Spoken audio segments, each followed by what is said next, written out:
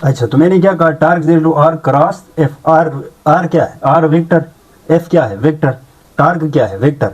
दो vector multiply करने से अगर आपके पास जो रिजल्ट आ रहा है, रिजल्टेंट मिल रहा है, अगर वो भी वेक्टर है तो ए से प्रोडक्ट को क्या कहा जाता है, वेक्टर प्रोडक्ट। अच्छा, इसी तरह आप लोगों ने एक और चीज पढ़ा होगा, F is equal to Q into V cross B, V cross B. अच्छा, ये देखें 10th क्लास में पढ़ा है। वी आपके पास क्या है, वेलोसिटी वेक्टर। अच्छा, मैग्नेटिक फील्ड या मैग्नेटिक इंडक्शन, ये सारे क्या है, वेक्टर। दो वेक्टर को मल्टीप्लाई करने से आपके पास वेक्टर मिल रहा है कि नहीं मिल रहा, ये क्या है वेक्टर। अच्छा, ये क्या है वेक्टर। अच्छा, ये क्या है वेक्टर। ए से प्रोडक्ट का नाम क्या रखा है, वेक्टर प्रोडक्ट, वेक्टर प्रोडक्ट। अब रिप्रेजेंटेशन देखिए इसका, इसका क्या देखें आप, रिप्रेजेंटेशन, इसको कैसे लिखा जाए। रिप्रेजेंटेशन में देखें, रिप्रेजेंटेशन में देखें, प्लेसिंग क्रॉस, क्रॉस का मतलब क्या है, ये वाला, बिटवीन टू वेक्टर्स, दो वेक्टर के बीच में क्या रखा जाए, क्रॉस रखा जाए, तो उससे कहा जाता है वेक्टर प्रोडक्ट। कैसे जरा देखें, मैंने अभी आपके सामने लिखा है, tau is equal to are cross F, tau is equal to are cross F. अच्छा, c is equal to A cross b. याद रख लेना एक बात को, कि जब भी दो वेक्टर के बीच में क्रॉस आता है तो इसका जो रिजल्टेंट आता है ना, ये रिजल्टेंट क्या होता है, वेक्टर। रिजल्टेंट क्या होता है, वेक्टर। अब सुनिए एक बात मैं आपको बताऊं, ये जो ए क्रॉस बी नहीं है, ये जो ए क्रॉस बी, इसे कहते हैं, इसे एक नाम दिया गया है area of plane, area of plane. अब कैसे, एरिया ऑफ प्लेन का मतलब क्या है, जरा देखें, जरा देखें, मैं आपके सामने ड्रा कर रहा हूं area, area of plane, area of plane. ये आपके पास कोई चीज पड़ा हुआ है। अच्छा, एक वेक्टर ऐसा है जिसे मैं ए कहूं। अच्छा, एक वेक्टर ऐसा है जिसे मैं बी का नाम दूं। इस वेक्टर का नाम मैं क्या दूं, ए। ये यहां से यहां ए, यहां से यहां बी। तो मुझे बताओ ये प्लेन आ रहा है कि नहीं आ रहा है। भाई ये वेक्टर ए है, ये वेक्टर बी है, तो बताओ व्हाइट बोर्ड पूरा प्लेन आ रहा है कि नहीं आ रहा है। ये वेक्टर ए, ये वेक्टर बी, तो ये जो प्लेन आ रहा है ना, उसे कहते हैं area of plane. A cross B से आपको क्या मिलता है, एरिया ऑफ प्लेन। ये बात नोट कर लेना है। अच्छा, फिर बात करते हैं कि ये सी वेक्टर जो रिजल्ट आ रहा है, मतलब ये दोनों एरिया ऑफ प्लेन बता रहे हैं। तो एरिया ऑफ प्लेन बताने का मतलब ये है ना कि ये दोनों ए क्रॉस बी एक दूसरे के परपेंडिकुलर होते हैं। ए इज परपेंडिकुलर टू बी। अच्छा, पहला वेक्टर क्रॉस प्रोडक्ट में, क्रॉस प्रोडक्ट में पहला वेक्टर दूसरे वेक्टर की क्या होता है, परपेंडिकुलर। और ये रिजल्ट भी उनका क्या होता है, परपेंडिकुलर। रिजल्ट भी उनका क्या होता है, परपेंडिकुलर। तो रिजल्ट अभी क्या है, c is perpendicular to A cross b. ये बात याद रखना है। अब मुझे बताएं, यहां पर ये वेक्टर ए है, ये वेक्टर बी है, तो बताओ सी की डायरेक्शन क्या होगी, या तो प्लेन के ऊपर या तो प्लेन के नीचे, या तो प्लेन के ऊपर या तो प्लेन के नीचे। ये मेरे पास लंबाई, इस व्हाइट बोर्ड देखो, ये मेरे पास ए, ये मेरे पास बी, तो उनके बीच में एंगल कितने का है, 90 का। तो बताओ ए और बी, तो सी किधर होगा, सी, ए और बी, सी या तो आपकी तरफ या एंड टू द बोर्ड, क्योंकि वो आपके पास क्या आ रहा है, परपेंडिकुलर। अच्छा, मजीद बात करते हैं इसकी। ये दो बातें ये याद रखना है, ये एरिया ऑफ प्लेन अगर ए और बी आपस में परपेंडिकुलर में है तो सी इन दोनों के परपेंडिकुलर आ रहा है, लिहाजा ये तीनों एक दूसरे के परपेंडिकुलर आएंगे क्रॉस प्रोडक्ट के अंदर। अच्छा, अब बात करते हैं ना फिजिकल सिग्निफिकेंस का। किसकी, फिजिकल सिग्निफिकेंस, सिग्निफिकेंस मैंने स्टार्ट किया है, फिजिकल सिग्निफिकेंस, ये असल में स्टार्ट किया हुआ है, देखें जरा। अच्छा, फिजिकल सिग्निफिकेंस में क्या करना है, देखें दो वेक्टर है मेरे पास, एक वेक्टर है ए और एक वेक्टर है बी। एक वेक्टर ए है, एक वेक्टर बी है, उनके बीच में ये क्या है, एंगल। अच्छा, अब करना क्या है, करना क्या है ज़रा देखें, वही बात कर लेना जो मैंने डॉट प्रोडक्ट में किया था। अच्छा, नहीं इससे पहले ना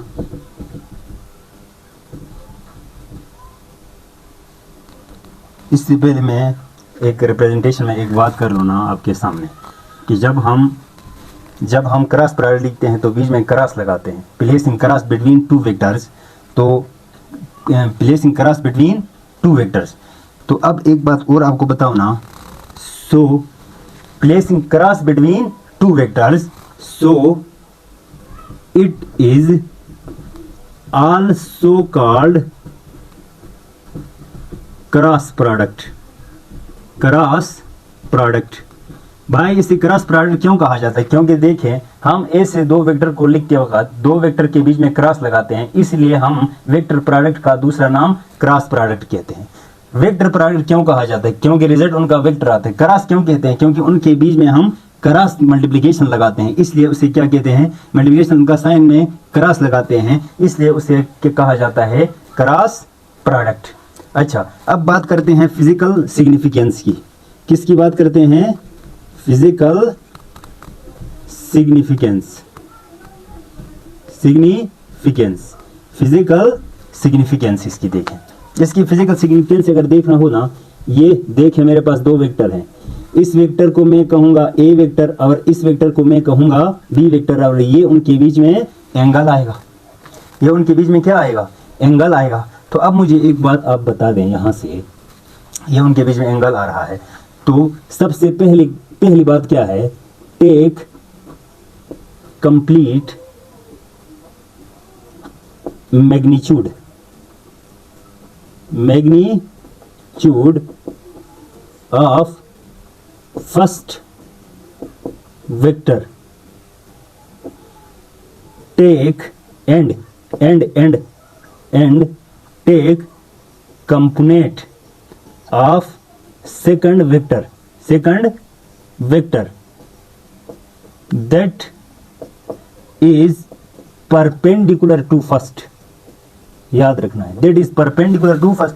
take complete magnitude of first vector and take component of second vector that is perpendicular to first। याद रखें, हमने डॉट प्रोडक्ट में जो कंपोनेंट लिया था वो पैरेलल लिया था, और यहाँ पर हमने कौन सा कंपोनेंट लेना है? परपेंडिकुलर। किस में? क्रॉस प्रोडक्ट के अंदर। तो यहाँ से मैं मिटा रहा हूँ, जरा इस बात को देखें।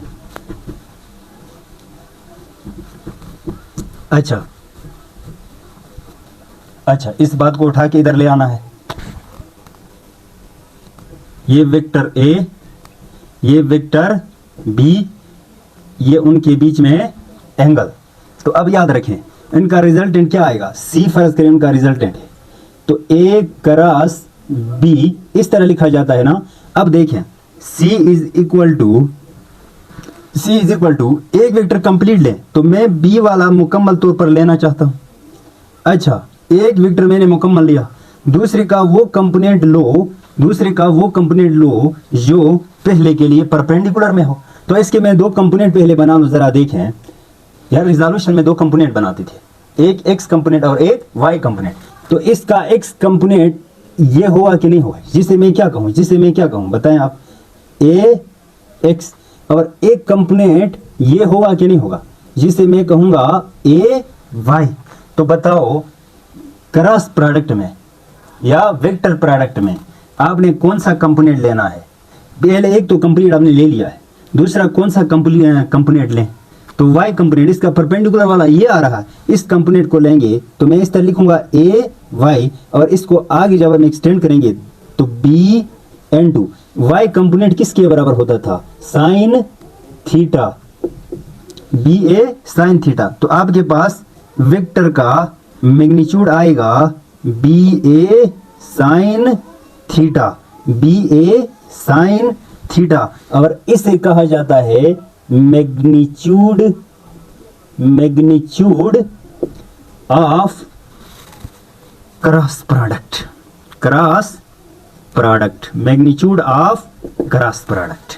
Magnitude of cross product. अब बात करते हैं, इसमें कुछ बातें और सीखते हैं कि ये थीटा क्या है। ये थीटा क्या है, ये थीटा क्या है, थीटा क्या है, तो आप लिखेंगे is the smaller angle, smaller angle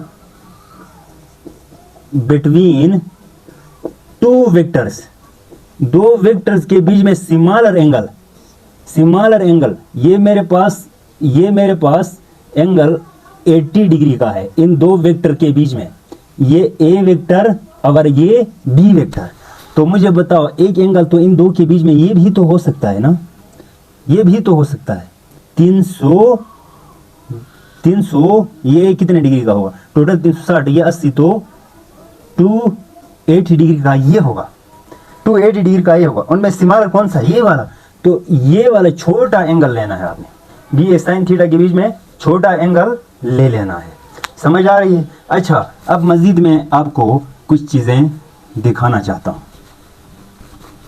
अब मजीद देखें, अब मजीद देखें। अच्छा, मैं इस तरह लिखूंगा ना, मैं लिखूंगा A cross B is equal to, इसका मैग्नीट्यूड क्या होगा, ए बी साइन थीटा। मैं लिखूंगा ना C cross D, C cross D, तो बताओ इसको आप कैसे लिखेंगे, सी डी साइन थीटा। यहां एक पॉइंट लिखे, जब जिस वक्त पहले मैंने आपको बताया था कि भाई डॉट हटाओगे तो cos थीटा लगेगा, यहां मैं क्रॉस हटाऊंगा तो क्या लगेगा, क्या लगेगा, क्या लगेगा, साइन थीटा। तो आप ये बात अपने पास नोट करना है ना, क्रॉस हटाओगे ना तो साइन थीटा लगाओ, क्रॉस हटाओगे तो साइन थीटा लगाओगे, ये लाजमी है। तो मुझे एक बात बताएं ना आप एक बात बताएं, torque is equal to are cross F था ना, तो आर एफ को मैं किस तरह लिखूं, आर एफ साइन थीटा। याद रखना है इस बात को, यहां तक समझ आई है। अब बात करते हैं कि क्रॉस प्रोडक्ट कब मैक्सिमम होगा और कब मिनिमम होगा। तो मैं बात करता हूं, पहली बात maximum cross product, maximum cross product, maximum cross product कब होगा, when theta is equal to 90 degree, when theta is equal to 90 degree between two vectors, दो वेक्टर के दरमियान अगर एंगल 90 का आता है तो आपके पास क्रॉस प्रोडक्ट सबसे ज्यादा मिलता है।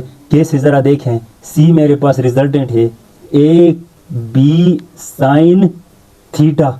अच्छा आप बताओ ए बी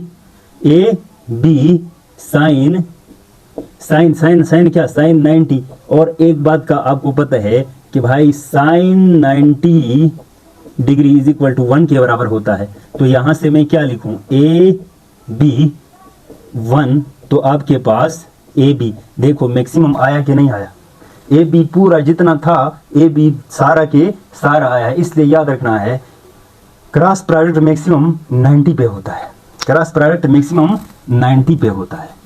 कहां पे होता है, 90 पे, क्रॉस प्रोडक्ट मैक्सिमम 90 पे होता है। याद रखना इन बातों को। डॉट प्रोडक्ट मैक्सिमम 0 डिग्री पे होता था। अच्छा इसका अब मैं मिनिमम बात करता हूं, किसकी, minimum cross product, cross product, minimum cross product कब होगा, याद रखना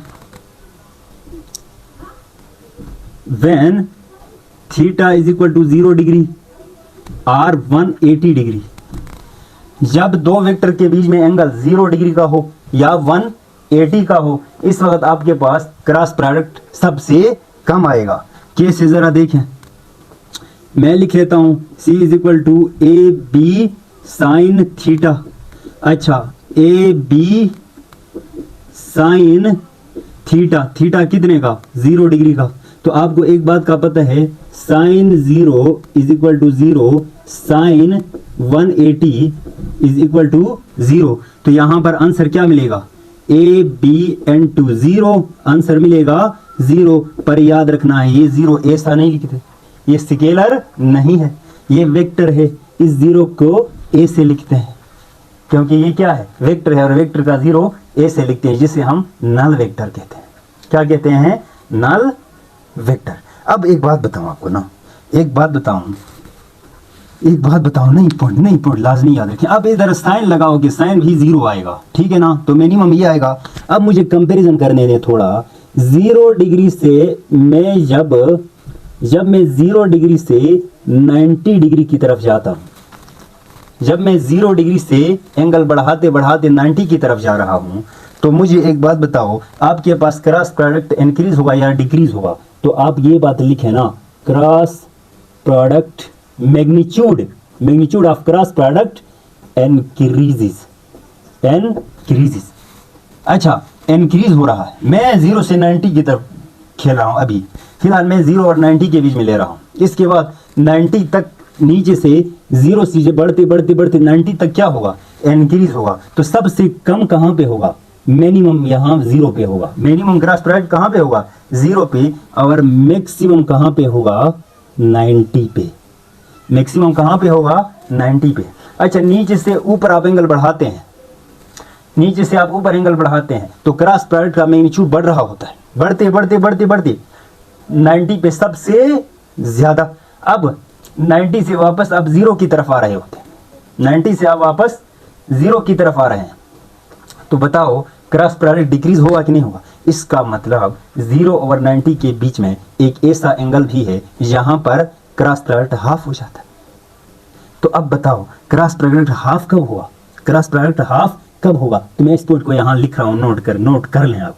देखो, the cross product become half at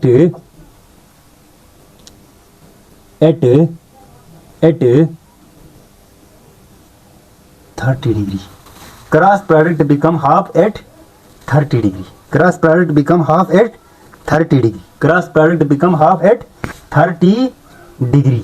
तो ये कहानी थी आपके पास क्रॉस प्रोडक्ट में एंगल के बारे में। अब बात करते हैं कि क्रॉस प्रोडक्ट के पास मैग्नीट्यूड भी होता है और क्रॉस प्रोडक्ट के पास वेक्टर आता है ना। क्रॉस प्रोडक्ट का रिजल्ट वेक्टर आता है, तो वेक्टर के पास मैग्नीट्यूड भी होता है। मैग्नीट्यूड आपको पता है, R F sine theta, A B sine theta, C D sine theta, A B A sine theta या ए बी साइन थीटा, जो भी हो, ये सारे के सारे आपके पास क्या है? वेक्टर मैग्नीट्यूड है। तो अब मैं बात करता हूं, मैं अब बात कर लूंगा ना किस बारे में? मैं अब बात करूंगा कि भाई अगर इसका रिजल्ट वेक्टर आ रहा है तो इसकी डायरेक्शन भी तो देखना होता है कि इसकी डायरेक्शन कहां से कहां होगी। तो अब बात करते हैं डायरेक्शन ऑफ रिजल्टेंट। डायरेक्शन किसकी बात करते हैं? Direction of vector. कौन सा वेक्टर? वेक्टर प्रोडक्ट के अंदर जो रिजल्टेंट आ रहा है उसके डायरेक्शन की मैं बात कर रहा हूं। क्या कर रहा हूं? मैं बात कर रहा हूं। देखें, मैग्नीट्यूड क्या था? मैग्नीट्यूड बताओ। मैग्नीट्यूड क्या था? C is equal to A B sine theta. C is equal to A B sine theta. ये तो आपके पास क्रॉस प्रोडक्ट का मैग्नीट्यूड आया है। अब मैं क्या बात कर रहा हूं? अब मैं बात कर रहा हूं डायरेक्शन की। अब मैं बात क्या कर रहा हूं? डायरेक्शन। अब सुने, to find the direction of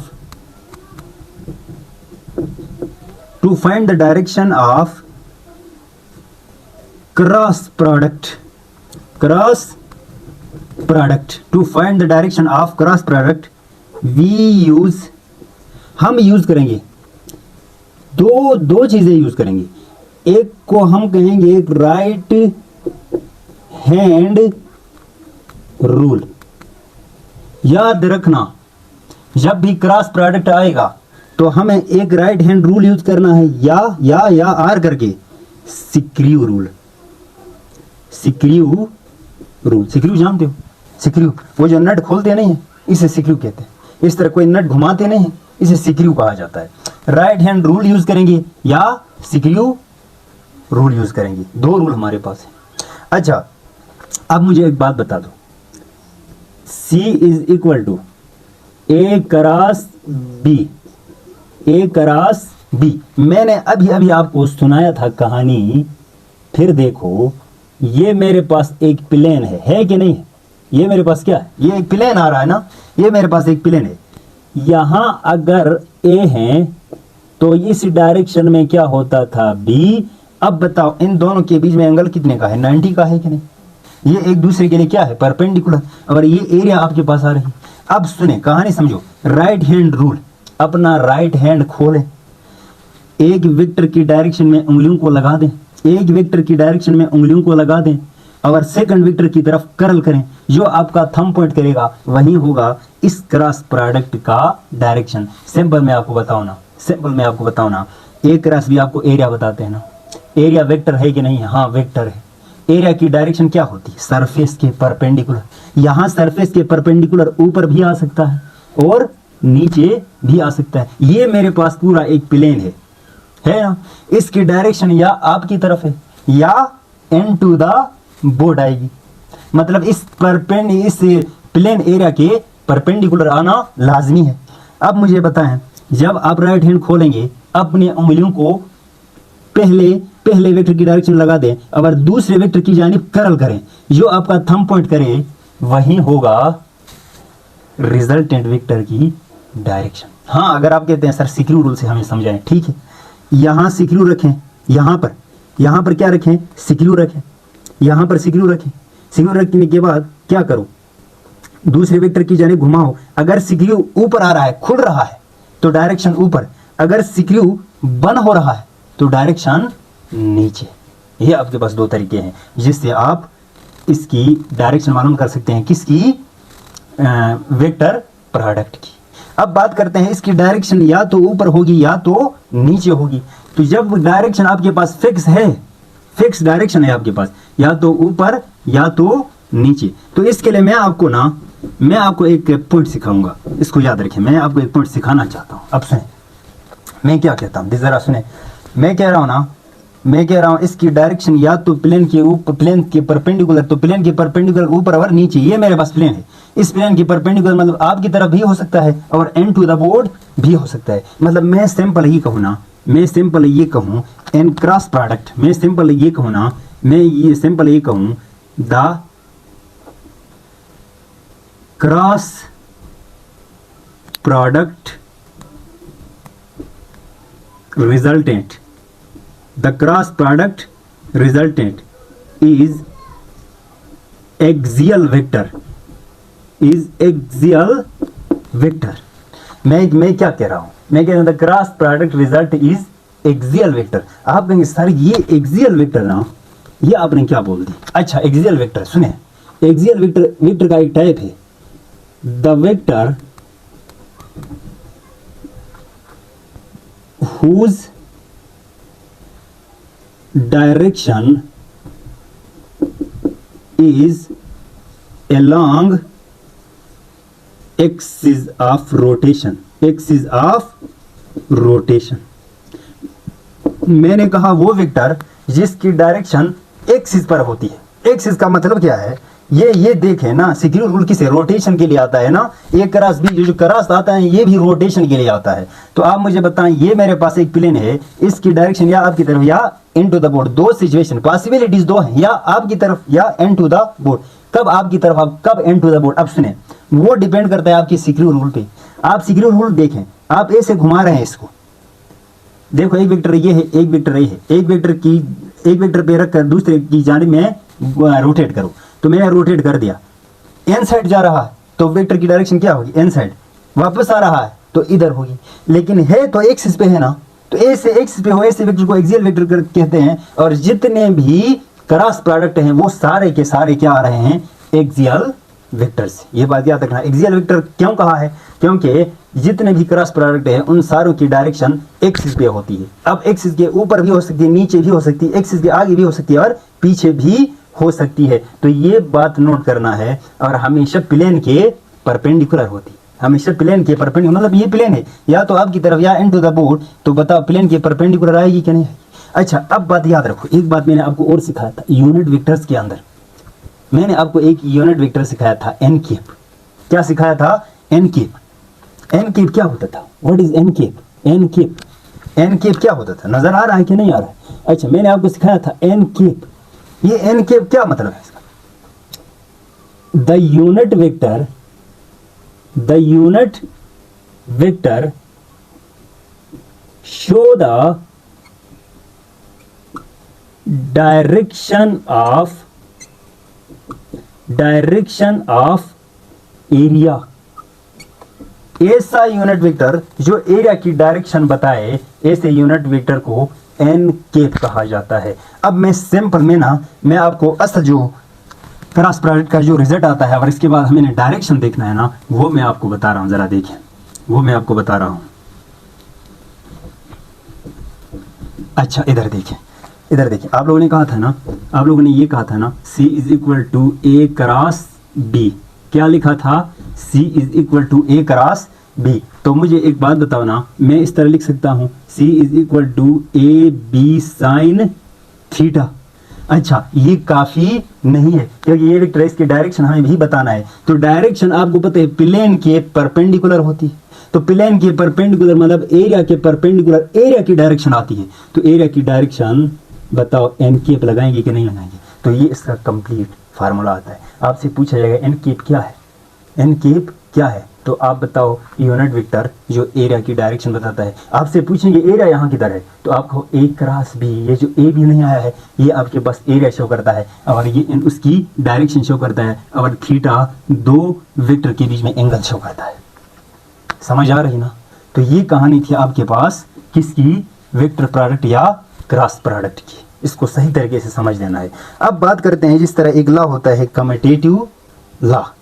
तो अब कम्यूटेटिव लॉ, ये स्केलर प्रोडक्ट आप लोगों ने पढ़े थे। स्केलर प्रोडक्ट में कम्यूटेटिव लॉ ओबे करता था, लेकिन यहाँ करता है या नहीं करता है, मैं यहाँ से इसको मिटा रहा हूँ। जरा देखें, फिर देखते हैं कि क्या इस पर कम्यूटेटिव लॉ लगेगा या नहीं लगेगा। क्यों? स्केलर में आप लोगों ने ये कहा था ना कि A dot B is equal to B dot A. क्यों क्यों क्यों क्यों बराबर होती थी? इसलिए कि मैग्नीट्यूड पर कोई फर्क नहीं पड़ता था और डॉट प्रोडक्ट या स्केलर जो प्रोडक्ट था उसके पास सिर्फ की सिर्फ मैग्नीट्यूड होता है, क्योंकि वो क्वांटिटी स्केलर होती, तो कोई फर्क नहीं पड़ता था। लेकिन यहाँ फर्क पड़ता है, इसलिए यहाँ कम्यूटेटिव लॉ नहीं लगेगा। तो यहाँ क्या लगेगा? क्या लगेगा? क्या लगेगा? तो आप यहाँ लिखेंगे एंटी कम्यूटेटिव, एंटी कम्यूटेटिव।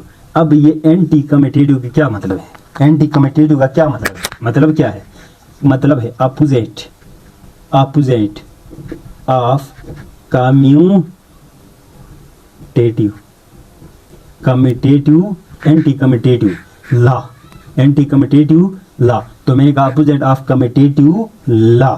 मतलब आप लोगों ने ये क्या लिखा था यार? देखो, आप लोगों ने ये कहा था ना कि A cross B is equal to B cross ए।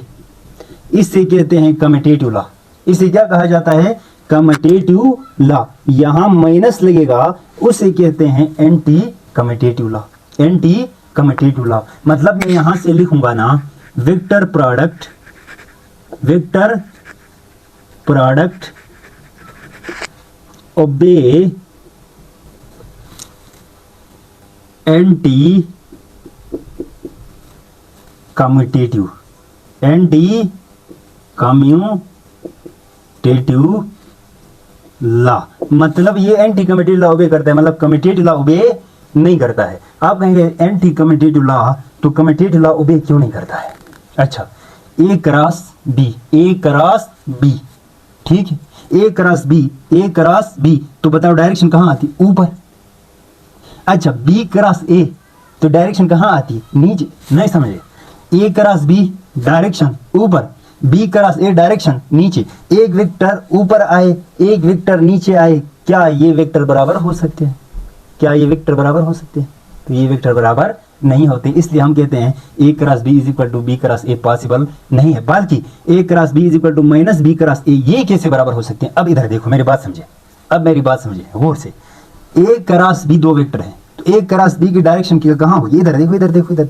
ऐसे नहीं, ऐसे नहीं, ऐसे नहीं, ए बी दो वेक्टर है। तो इधर देखें, ए क्रॉस ए, ए की डायरेक्शन लगा दो, ए क्रॉस बी, ए से ना, A cross B, A cross B, A cross B is equal to, अच्छा ए क्रॉस बी डायरेक्शन आपकी तरफ याद रखना है। अच्छा अब मैं लिखता हूं, अब मैं क्या लिखता हूं, अब मैं लिखता हूं बी क्रॉस ए। अब ऊपर ए से पकड़ो, इधर आपने ए से पकड़ा था, ए से, तो इधर से पकड़ो, एक आपकी तरफ एक एंड टू द बोर्ड। तो अब याद रखो A cross B, A cross B, और इधर मैंने क्या लिखा, B cross A, A cross B की डायरेक्शन, ए क्रॉस बी आपकी तरफ, B cross A into the board, A cross B आपकी तरफ, B cross A into the board. अब मुझे बताओ ए की डायरेक्शन इनसाइड, ए की आउटसाइड, क्या ए से वेक्टर इक्वल हो सकती है? नहीं। अब सुने, यहां माइनस लगाने से क्या हुआ, इसकी डायरेक्शन इनसाइड द बोर्ड है कि नहीं? अच्छा इसकी डायरेक्शन तो आपकी तरफ है, पर इसकी direction into the board है। अब एन टू द बोर्ड है तो मैं माइनस लगाऊंगा, तो बताओ, आप लोगों ने पढ़ा था जब भी वेक्टर के सामने माइनस आता है तो इसकी डायरेक्शन को रिवर्स कर देता है, मल्टीप्लिकेशन ऑफ वेक्टर स्केलर, ये पढ़े थे ना। अच्छा अब मुझे एक बात बता दो, जब इसकी डायरेक्शन अंदर है तो मैंने माइनस लगाने से बताओ डायरेक्शन रिवर्स होगी, आपकी तरफ होगी कि नहीं? इसकी भी आपकी तरफ और इसकी भी आपकी तरफ, इसलिए A cross B is equal to minus B cross A, ये आपके पास वही करेगा। पर याद रखो, पर मैं आपको फिर भी एक दो बातें सिखा रहा हूँ, नोट करके अपने पास नोट करना है ये बातें। अच्छा मैं आपको नोट करके लिखवाना चाहता हूँ, जरा देखो, नोट, बड़ा नोट लिखे, नोट करके, at theta is equal to 0 degree or 180 degree. मैंने क्या लिखा, मैंने क्या लिखा देखो, at theta is equal to 0 degree or 180 degree, A cross B is equal to B cross A. ये बात याद रहे, ये नोट करके लिखना है। क्या A cross B is equal to B cross A क्या बराबर नहीं हो सकते? यस यस हो सकते हैं, पर एक शर्त पे, या तो दो वेक्टर के बीच में एंगल क्या हो, 0, या क्या हो 180। अब होता क्या है ऐसा, देखो ऐसा होता क्या है, आप मुझे बताओ। ए बी साइन क्या क्या क्या 0 degree, B A sine 0 degree, A B sine 0 किसके बराबर? 0। बी ए साइन 0 किसके बराबर? 0। तो मुझे बताओ ये भी 0, ये भी 0, डायरेक्शन दोनों की आर्बिट्रेरी। इसी तरह 180 के लगाओ, आपके पास आएगा। तो ये नोट अपने पास कर लेना है। कभी ये क्वेश्चन पूछा जाता है, हाँ पता है cross product is not commutative, anti commutative, लेकिन कभी कभार आपसे ये भी पूछा जाता है A cross B is equal to B cross A, ये तो आपको पता है कम्यूटेटिव है। एफ अगर शरत लगा दी, if A cross B is equal to B cross A, what will be the angle between A and B? तो आप कहो या 0 डिग्री या 180 डिग्री। तो ये था आपके पास वेक्टर प्रोडक्ट और इसकी पूरी कहानी।